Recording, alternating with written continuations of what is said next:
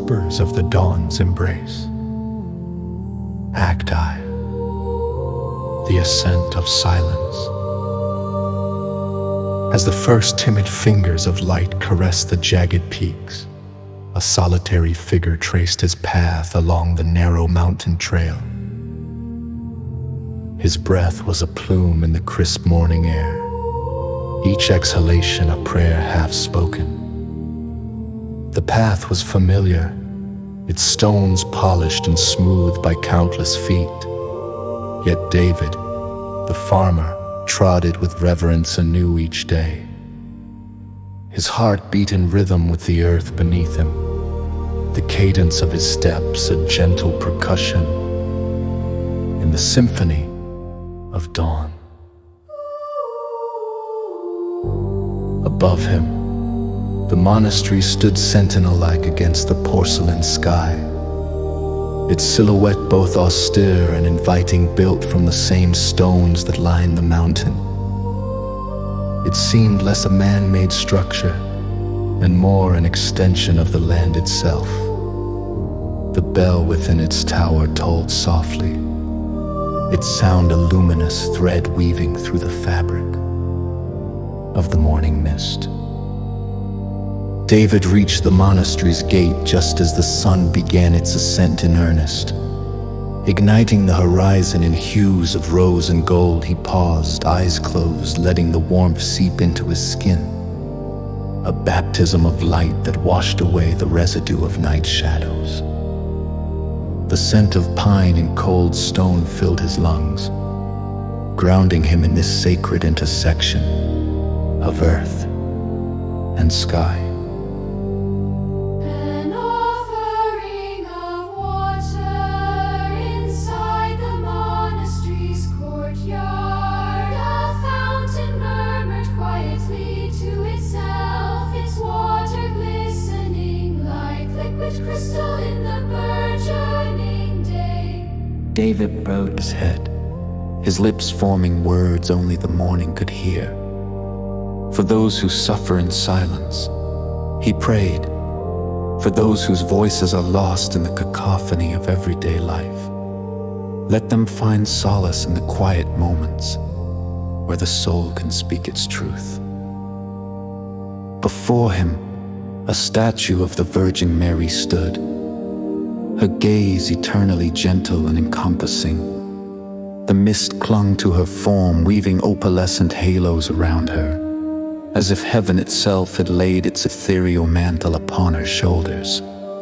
Her eyes, though carved from stone, seemed to meet David's with an understanding that transcended words, a silent communion shared in the stillness of the courtyard. He lowered himself to his knees, the rough cobblestones pressing into his flesh, a welcome anchor around him.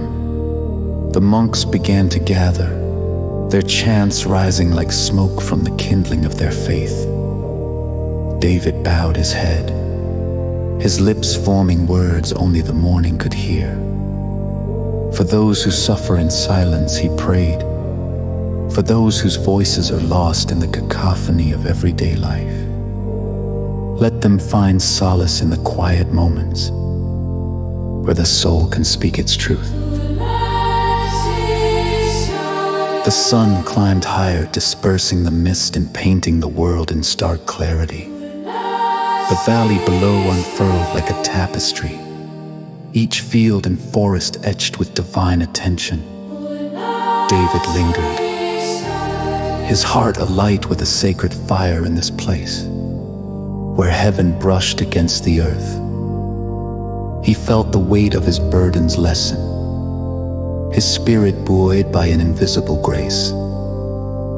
The monks drifted like whispered prayers around him, their robes swishing softly, adding to the rhythm of the morning.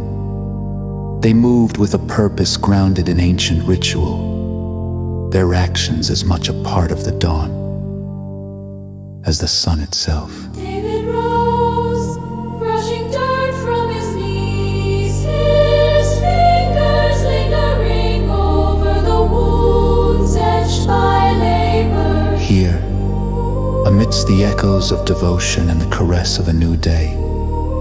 His pain found its place within the greater tapestry of life's unfolding.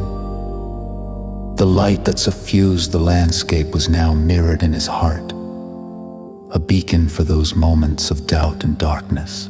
The Charlie home as the sun crowned the sky in full regal splendor. David turned to descend the mountain. His steps, once measured with burden, now held the lightness of understanding. The path unwound beneath him, leading him back to the fields that awaited his care. With each stride, the warmth of the sun became a promise, each shadow a reminder that light persisted. As he reached the valley, he paused to look back at the monastery, perched high above the Virgin Mary. Now a mere silhouette seemed to nod towards him, a silent blessing carried on the wind with a heart full of gratitude and purpose. David resumed his journey, the hymn of morning prayers echoing within him, a chorus of hope and healing that harmonized with the pulse of the earth. Within the folds of everyday life, the morning's prayer lingered, a quiet light, unseen yet always present, a testament to the renewal found in each new dawn.